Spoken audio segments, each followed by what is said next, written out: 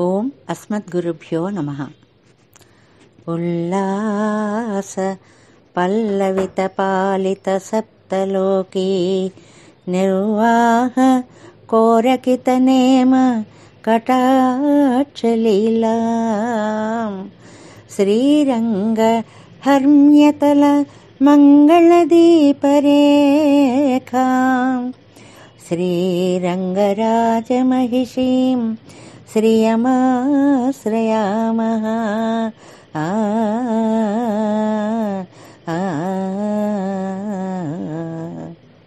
ప్రియ భగవద్బంధువులారా, ముందుగా అందరికీ వినాయక చవితి, విశ్వక్సేన పూజ ఈ రెండు సందర్భంగా శుభాభినందనలు తెలియచేస్తూ, పరాశర భట్టర్ వారు అనుగ్రహించినటువంటి శ్రీగుణ రత్నకోశంలో మనం 9వ శ్లోకంలోకి ప్రవేశించే ముందు మరి శ్రీ సూక్తంలో 8వ రుక్కుని మనం అనుసంధానం చేసుకుందాం. క్షుత్పిపాసాం మలాం జ్యేష్ఠాం అలక్ష్మీం నాశయామ్యహం అభూతిం అసమృద్ధిం చ సర్వాం నిర్నుదమే గృహాత్. ఇది 8వ రుక్కు. ఇందులో మనం రోజు చెప్పుకుంటున్నట్లుగా ఆరాధనా విధానంలో ఈ 8వ రుక్కుతో ఆభరణాలు, నిన్న వస్త్రం ఇచ్చాము అంటే నిన్నను 2 ఇచ్చినట్లుగా చెప్పుకోవచ్చు. ఇవాళ ప్రత్యేకంగా ఉత్తరీయము, పైన కప్పేటువంటి ఒక ప్రత్యేకమైనటువంటి శాలువా లాంటిది, ఇలాంటివి భగవంతుడికి సమర్పిస్తున్నట్లుగా మనం భావించుకోవాలి అని అంటున్నారు. ఇవాళ అలక్ష్మి నివృత్తి అంటారు. అలక్ష్మి అంటే లక్ష్మి కానిది, అంటే దారిద్ర్యం, అంటే జ్యేష్ఠ దేవత. ఆవిడ మన ఇంటి ప్రాకారం ఏ పరిసరాలలో కూడా ఉండకూడదు అనేటువంటి దాన్ని, అమ్మ నువ్వు దారిద్ర్యాన్ని దూరం చెయ్యి అని ప్రార్థించడం ఇందులో. క్షుత్పిపాసాం, క్షుత్ అంటే ఏమిటండి? ఆకలి, అన్నాన్ని తినాలి, ఏదో ఒకటి తినాలి అనే కోరిక ఆకలి. పిపాసాం, పిపాస అంటే పాతుమిచ్చ, ఏదైనా తాగాలి. ఇవి 2 కూడా మనకి క్షుత్తు పిపాస, ఇవి రెండిటినీ కూడా నాకు మంచి మార్గంలో ప్రవర్తించేలా చేసి, అంటే ఎంతవరకు అది ఆరోగ్యమైనటువంటిదో అంతవరకే ఉండేలాగా చేసి, ఏదో కార్యకారణాలు అని చెప్తూ ఉంటారు. అంటే అవి తినడం వల్ల ఆహారం మనకి ఎలాగ మనస్సుగా మారుతుందో అదొక పెద్ద శాస్త్రం. కాబట్టి ఆ వేసేటువంటి ఆకలి, వచ్చేటువంటి దాహం, ఈ 2 కూడా మనకి మంచి మార్గంలో మంచి ఆరోగ్యాన్ని ఇచ్చేవిగా సాగాలి అని అనుకుంటూ, అమ్మ మలాం జ్యేష్ఠాం అలక్ష్మీం, మాలిన్యాన్ని కలిగించేటువంటి దారిద్ర్యం. దరిద్రము అనగానే లోకంలో ఎవ్వరికీ అది ఆనందాన్ని కలిగించదు సరికదా. ఎప్పుడు దీనికి దూరం అవుతామా అనేటువంటి భావము మలాం అని అంటారనమాట. దానిని నేను నిన్ను ఆశ్రయించి దూరం చేసుకుంటాను. ఆ దారిద్ర్యాన్ని లక్ష్మీదేవిని ఆశ్రయించడం వల్ల మనం పోగొట్టుకోగలుగుతాము. అమ్మా దేవి అని పిలుస్తారు ఇందులో. అభూతి, భూతి అంటే ఐశ్వర్యం. అది ఇళ్ళు అవ్వచ్చు, క్షేత్రాలు అవ్వచ్చు, తోటలు అవ్వచ్చు, దాసదాసీ జనాలు అవ్వచ్చు. అభూతి అనగానే వాటన్నిటికీ విరోధి, ఏ ఒక్కటి లేకపోవడం అంటే దరిద్రం అన్నమాట. అసమృద్ధి, అసమృద్ధి, సమృద్ధి అంటే ధనాలు, ధాన్యాలు, మణులు, సువర్ణాలు ఇలాంటివన్నీ ఉండడం, అది లేకపోవడం అసమృద్ధి. అలాంటి అలక్ష్మి, అలక్ష్మికి విశేషణాలు అన్నమాట ఇవి 2. అలాంటి సమస్త దారిద్ర్యాన్ని కూడా మే గృహాత్ నిర్నుదా, నిర్నుదా చక్కటి ప్రయోగం, పోగొట్టు, నా ఇంటి నుంచి నువ్వు వీటన్నిటినీ కూడా పోగొట్టవలసినది అని అంటూ అమ్మని మొత్తం మీద ఒక్కటే ప్రార్థన, తల్లి దారిద్ర్యాన్ని పోగొట్టి నాకు చక్కటి ఐశ్వర్యాన్ని ప్రసాదించవలసినది, అష్ట ఐశ్వర్యములను ప్రసాదించవలసినది అని ప్రార్థిస్తున్నారు. ఇంకా శ్రీగుణ రత్నకోశంలో మనం 9వ శ్లోకంలోకి ప్రవేశిస్తున్నాం. శ్రియశ్రీ రంగేశయ తవ చ హృద్యాం భగవతీం శ్రియం తత్వోప్యుచ్చైః వయమిహ ఫణామశృణుతరాం దృశౌ తే భూయాస్తాం సుఖ తరళ తారే శ్రవణతః పునర్హర్షోత్కర్షాత్ స్ఫుటతు భుజయోః కంచుకశతం. ఈ కవన రీతి ద్రాక్షాపాకంలా అంత తేలికగా మనకేమీ ఉండదు. చాలా పదబంధం కలిగి నిన్న మొన్న చెప్పుకున్నామే, అలాంటి చక్కటి భావబంధం పదబంధం కూడా కలిగినటువంటి కవిత. ఇందులో ఏమంటారంటే, అమ్మా శ్రియః శ్రీహి, చాలా విశేషమైన ప్రయోగం. ఈరోజు అమ్మ గొప్పది అనుకుంటున్నాం, ఇవాళ తండ్రిని పొగుడుతున్నారు. శ్రియః శ్రీహి, లక్ష్మీదేవికి కూడా సంపద లాంటి వాడా. శ్రీరంగేశయ, శ్రీరంగంలో ఆదిశేషుని మీద పవళించినటువంటి మూర్తి. అమ్మకు కూడా దివ్య ఆనందాన్ని ఇచ్చేటువంటి ఓ శ్రీరంగ సాయి. తవచ హృద్యాం భగవతీం, అమ్ముందే భగవతి లక్ష్మీదేవి. తవచ హృద్యాం, నీకు కూడా ఎంతో ఇష్టురాలు, మాకు తెలుసు కదయ్యా. తత్వః అపి ఉచ్చైః వయం ఇహ పణామః, నీకొక మాట చెప్తున్నాం. ఆ అమ్మ యొక్క గొప్పతనాన్ని ఇక్కడ మేము నిన్ను పొగిడిన దానికంటే కూడా ఎక్కువగా పొగుడుతున్నాము అని. అంటే అమ్మని బాగా పొగిడారా, స్వామిని బాగా పొగిడారా? ఈ మాటను గనక మనం తీసుకుంటే తనకి ఇష్టురాలైనటువంటి సద్గుణవతిని పొగుడుతున్నారు అని ఒక అర్థంగా, సామాన్యార్థంగా తీసుకుంటే, శ్రియం తత్వోపి ఉచ్చైః, అమ్మని నీకంటే ఎక్కువగా అంటే ఇక్కడ అర్థం ఏమిటంటే, నువ్వే పొగిడితే ఎంత బాగా పొగుడుతావో అంతకంటే బాగా మేము పొగడగలమయ్యా, నీకంటే బాగా వర్ణిస్తానయ్యా అని మీ ఇద్దరినీ వర్ణించినప్పుడు రంగరాజస్తవము అని భట్టర్ వారు ఒక గ్రంథంలో స్వామిని శ్రీరంగనాథుణ్ణి చక్కటి శతకాలలో పొగిడారు. అంతకంటే గొప్పగా కూడా మేము పొగుడుతున్నామయ్యా. అది నీకు ఎంత ఆనందం కలిగిస్తుందో ఆ విషయం మాకు తెలుసు. ఎందువల్ల అంటే నువ్వు శ్రియః శ్రీహి, అమ్మకి కూడా సంపదనిచ్చేవాడివి. భర్త అనేటువంటి స్థానాన్ని గురించి చెప్తారు ఇందులో పరాశర భట్టర్ వారు. భర్త నామ పరం నార్యాః భూషణం భూషణాదపి, భర్త అనేటువంటి నగ లౌకిక నగలు ఏమీ లేకపోయినా కూడా ఎంతో భాగ్యవంతులకి లభించేటువంటి నగ కదా. దాన్నే తమిళంలో ఒక సామెతలో చెప్తారండి, కై నిరైంద పణత్తై విడ కణ్ నిరైంద కణవనే మేల్ అని. చేతిలో ఉన్న డబ్బు కాదండి గొప్ప, నేత్రానందకరుడైనటువంటి భర్త గొప్ప అని. అలాగా ఆవిడ నిన్ను తన కళ్ళతో చూస్తూ ఎంత ఆనందపడిపోతూ ఉంటుందో.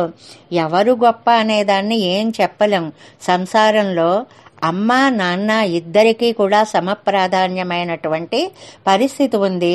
ఒకరి గురించి చెప్తుంటే ఇంకొకరు అసూయ పడకుండా ఆనందంతో వినాలి అనే సూచనను కూడా భట్టర్ వారు ఇందులో మనకి చెప్తూ, శ్రియః శ్రీశ్చ, ఆయనకి అష్టురాలైనటువంటి అమ్మ, ఇద్దరూ ఉంటేనే అది శోభిస్తుంది అని రామాయణాది కావ్యాల్లో అనండి. తిరువుక్కుం తిరువాజే సెల్వా తిరువరంగా అని ఆళ్వార్లు చెప్పినట్లుగా అమ్మకు కూడా ఆనందాన్ని కలిగించే స్వామి అని. శ్రీయః అంటూ ఆళ్వందారు తమ స్తోత్రరత్నంలో అంటారు, ఎవరిని పొగడాలండి? ఇద్దరిని పొగడాలి, ఇద్దరూ గొప్పవారే అని. త్వాంచ శ్రియః, కూరేసులు అంటారు, అంత శ్రియపతిగా నిన్ను పొగుడుతున్నారు. నిన్ను పొగుడుతున్నట్లుంది, శ్రియః పతిగా అమ్మవారి యొక్క భర్తగా నిన్ను పొగుడుతున్నట్లుగా ఉంది అని. ఇందులో ఇంకో విశేషం ఏంటంటే, శ్రీరంగేశయ, శ్రీరంగంకు వచ్చి పడుకున్నావా తండ్రి? ఎక్కడ వైకుంఠధామంలో ఆదిశేషుని మీద లక్ష్మీ సహితుడివై విహరించే స్వామివి. అంతటి పరత్వం, పరాత్పరుడివి ఇహ ఇక్కడికి వచ్చేటప్పటికి శ్రీరంగనాయకితో కూడి ఈ శ్రీరంగంలో ఇక్కడ ఇంత రంగసాయి అనే పేరు తెచ్చుకొని పవళించావా తండ్రి అని అటు పరత్వాన్ని ఇటు సౌలభ్యాన్ని రెండిటినీ కూడా వర్ణిస్తారు. మేమేం చేస్తున్నామో తెలుసా ఇప్పుడు అంటున్నారు భట్టర్ వారు. భగవతీం శ్రియం హృద్యాం, అమ్ముందే దోషాలేమీ లేని తల్లి చాలాసార్లు చెప్పుకున్నాం. ఆవిడ శ్రియ లక్ష్మీ స్వరూపిణి. ఆవిడ హృద్యాం ఎంతో ఇష్టురాలు అని ఒక అర్థం. హృది నీ గుండెల మీదే నివాసం చేస్తోంది అంటే ఎంతటి ఆహ్లాదమూర్తిగా నీ యందు ఉందో ఒక్కసారి ఈ వక్షస్థలానికి చేరిన తరువాత పుట్టినటువంటి సుకుమారమైన పద్మాన్ని కూడా మర్చిపోయింది అంటారు ముందు ముందు శ్లోకాల్లో భట్టర్ వారే. తత్వోపి ఉచ్చైహి, నీకంటే బాగా పొగుడుతాం, నువ్వు కూడా ఇంత బాగా పొగడలేవేమో అంత బాగా పొగుడుతాం అంటే ఆనందంతో ఒక రకమైనటువంటి భావ ప్రకటన అన్నమాట. ఎవరు పొగుడుతారండి? వయం. ఇక్కడ ఒక్కాయన పొగుడుతూ ఇంతమందివి అనే మేము అని బహువచనం ఎందుకు వాడారు? నేనే కాదు, మా నాన్నగారు కూరేసులే కాదు, మా ఆచార్యులు ఆళ్వందారులే కాదు, యతిపతి రామానుజులే కాదు, ఎవ్వరం పొగడిన లక్ష్మీ విశిష్టుడైనటువంటి నారాయణునే పొగుడుతాము అనేటువంటిది చెప్తూ ఇహ ఇంకో విశేషం ఉందయ్యా. ఇహ అంటే నీ ముందు, అమ్మ అక్కడ ఉండగా నీ ముందు అంటే తల్లిదండ్రులు ఇద్దరూ ఉండగా వారి ముందు పిల్లలు పొగడము అనేటువంటిది ఎంత దివ్యానందాన్ని ఇస్తుందో ఆ దర్శనము. ఇద్దరూ వింటుండగా భలే మాట్లాడుతున్నారే అన్నట్లుగా రంగనాథుడు అలా వింటూ ఉండేటప్పటికి పరాకు వచ్చేసిందో ఏమో. శృణు శృణు, ఇదిగో వింటున్నావా వింటున్నావా అంటూ శృణు అని అంటూ, ఇది వినడం వల్ల నీ ఆనంద ప్రకటన మాకు కనపడాలయ్యా. 2 రకాల ఆనందాన్ని నువ్వు ప్రకటిస్తావు. అందులో మొట్టమొదటిది దృశౌతే భూయాస్తాం సుఖ తరళతారే శ్రవణతః. దృశౌతే భూయాస్తాం, నీ కళ్ళు ఉన్నాయే, అందమైనటువంటి నేత్రాలున్నాయే, అవి ఇంతింత కళ్ళు చేసుకుని నువ్వు చూస్తుంటే పద్మాలు వికసించినట్లుగా ఉంటే ఆ లోపల ఉండేటువంటి తరళ తారే చమక్ చమక్మంటూ అటు ఇటు తిరిగేటువంటి నల్లటి కంటి పాపలు, వాటినే కనీనికలు అంటారు. కనీనిక అంటే కంటి పాప. ఆ కంటి పాపట ఎంత బాగా పొగిడావు, అబ్బా ఎంత బాగా అన్నావని అటు ఇటు చూస్తూ తన ఆనందాన్ని ప్రకటిస్తున్నాడుట. స్వామి చూపులలో ఆనందం ప్రకటించడము ఒకటి. ఎందుకంటే ఆళ్వార్లు కూడా అంటారు, ఎంద్రివయ్యరే అవన్ విరంబి కేటదు అంటారు భగవద్ విషయంలో. ఆవిడ విషయం చెప్తుంటే ఆయన ఎంత పులకించిపోతూ ఉంటాడో. పులకించినట్లు మీకెలా తెలిసిందండి? ఆ చూపుల్లో తెలుస్తూ ఉంది, తళ ఆడిపోతున్నాయి చూపులన్నీ కూడా. అంతేకాదు ఇంకొకటి కూడా, పునర్హర్షోత్కర్షాత్ స్ఫుటత్ భుజయో కంచుక శతం. భుజాలకి వక్షస్థలం మీద నుంచి ఇలా భుజాల మీద నుంచిగా ఒక చొక్కా తొడుగు కన్నట్లుగా కంచుకం అని ఒకటి వేస్తారు స్వామికి. చాలా అద్భుతమైనటువంటి అలంకారం. హర్ష ఉత్కర్షాత్, అమ్మని పొగుడుతుంటేట ఆ కంచుకము బిగిసిపోతోంది. ఇంకా ఆగలేదు, టప్ మంది విరిగిపోయింది. అంతలావు అయి ఉబ్బి తబ్బిపోయాడట స్వామి. అంటే పోనీ ఇంకోటి వేద్దాం అన్నాడు. పునః హర్షోత్కర్షాత్, మళ్ళీ ఆనందం వచ్చేసిందట. మళ్ళీ అది పట్టలేదు. అంటే చూడండి, మనకి లౌకికంగా చెప్తుంటాము, ఒక మాట వినేటప్పటికి ఆనందంతో వాడి గుండెలు ఉప్పొంగిపోయి ఆ వేసుకున్నటువంటి చొక్కాలు లాంటివేవో చిరిగిపోతాయి అన్నాడు. ఒరే పొంగిపోతున్నాడు రోయ్ అని అంటుంటామే ప్రయోగాలు. అలాగా రంగనాథ స్వామి అమ్మ యొక్క వైభవాన్ని వినేటప్పటికీ గుండెలు ఉప్పొంగిపోయి ఆ స్ఫుటతి ఎంత స్ఫుటతు మాకు కనిపించాలది. భుజయోహ కంచుక శతం, ఈ 2 ఆనంద ప్రకటనలు నువ్వు మాకు చెయ్యాలయ్యా అంటారు. ఏ 2?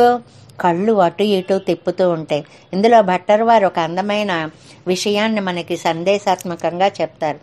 చెప్పేవాడి పరిస్థితి బాగుండాలి, వినేవాడి పరిస్థితి అంతకంటే బాగుండాలి.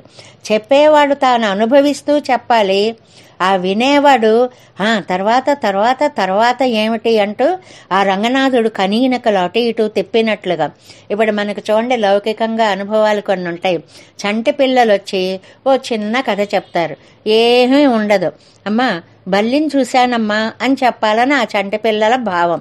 కానీ వాళ్ళు ఏం చేస్తారు, ఇది ఇలా కళ్ళు ఇలా చెప్పేసి ఆ జుట్టు అంతా ఇలా వెనక అనేసుకుంటూ అదిగో ఆ గోడ మీద చూడు, ఆ బల్లి చూడు అని చెప్తుంటే చెప్పే విషయం కంటే కూడా చెప్పే విధానం పెద్దలకి ఎంత ఆనందాన్ని కలిగిస్తుందో అది ఒక పద్ధతి చెప్పేవాడికి ఉండాలి. అంటే అంత ఆనందంగా చెప్పగలగాలి, ఆత్మానందంతో కూడి చెప్పగలగాలి. ఇంక వినేటువంటి వాడు ఏ చెప్పినా ఒకేలా ముఖం పెట్టు కూర్చొని ఉంటే చెప్పేవాడు ఉత్సాహం కూడా నీరు కారిపోతుంది. అలాగా అంత బాగానా అంటూ కళ్ళు తిప్పుతూ ఆనందంతో ఉప్పొంగిపోతూ ఒక్కొక్కసారి చూడండి ఒక లేచి గబగబా చప్పట్లు కొట్టేస్తూ ఉంటారు, ఆహా అంటుంటారు, ఓహో అంటుంటారు. అలాంటి ఆనంద భావ ప్రకటన కూడా చెయ్యాలి అని భట్టర్ వారు చెప్తూ, నువ్వు శ్రీరంగంలో శయనించి ఉన్నావు కాబట్టి కూచున్నవాడికి ఈ భావ ప్రకటన కంటే పడుకున్నవాడికి ఈ భావ ప్రకటన పరిపూర్ణంగా ఉంటుంది అంటారు వ్యాఖ్యానంలో. పడుకున్నవాడు చుట్టూ కళ్ళు తిప్పి చూశాడనుకోండి, ఎదురుకుండా చూసిన వాడి కంటే పడుకున్నవాడు కళ్ళు తిప్పి చూసినప్పుడు ఆ అందం వేరు అని అంటారు. అలాగా ఒక అందమైనటువంటి భావ ప్రకటనతో నేను చేసేటువంటి ఈ స్తోత్రాన్ని నువ్వు ఆలించవలసినది అని చెప్పి భట్టర్ వారు ఈ శ్లోకంలో శ్రీ సహితుడైన నారాయణుని యొక్క సన్నిధిలో మనం ఒక ప్రార్థన చేసినప్పుడు ఎంత బాగా చేస్తున్నారనే ఆనందం భగవంతుడు మనకి కటాక్షిస్తాడు అనేటువంటి విషయాన్ని ఇందులో చాలా చక్కగా ఆవిష్కరించారు. అంటే ఒక నాటకీయత కూడా, ఒక భావ ప్రకటన కూడా, ఒక అంగాంగ భంగిమ కూడా ఎన్ని నేర్పిస్తున్నారో చూడండి. ఈ విషయాలన్నీ తెలుసుకుంటూ మనం ముందుకు సాగుదాం. జై శ్రీమన్నారాయణ. సిరికే సిరి అయిన స్వామి శ్రీరంగ సాయి, నీ సతినే పొగడుచుంటి చెవులార వినగదే. వైకుంఠ మందిరాన లక్ష్మీనారాయణులే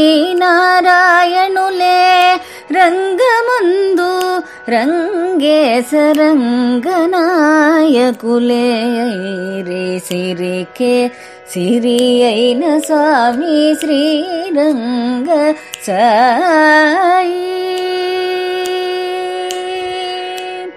నీ ప్రేయసినే నే వర్ణింపబూనగా